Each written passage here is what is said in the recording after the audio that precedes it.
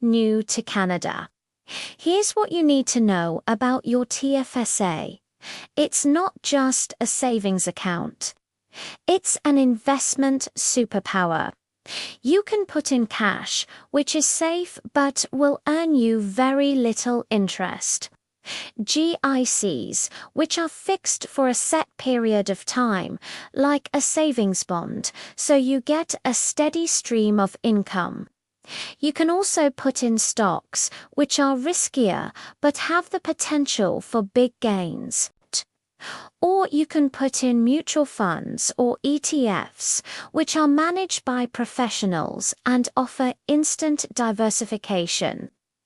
Just be careful of overpaying fees. Don't lock up your money for too long.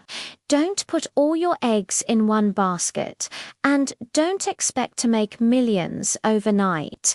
And remember, some foreign dividends are still taxable. So start simple. With savings or JICs, add ETFs for growth and try stocks only if you're confident.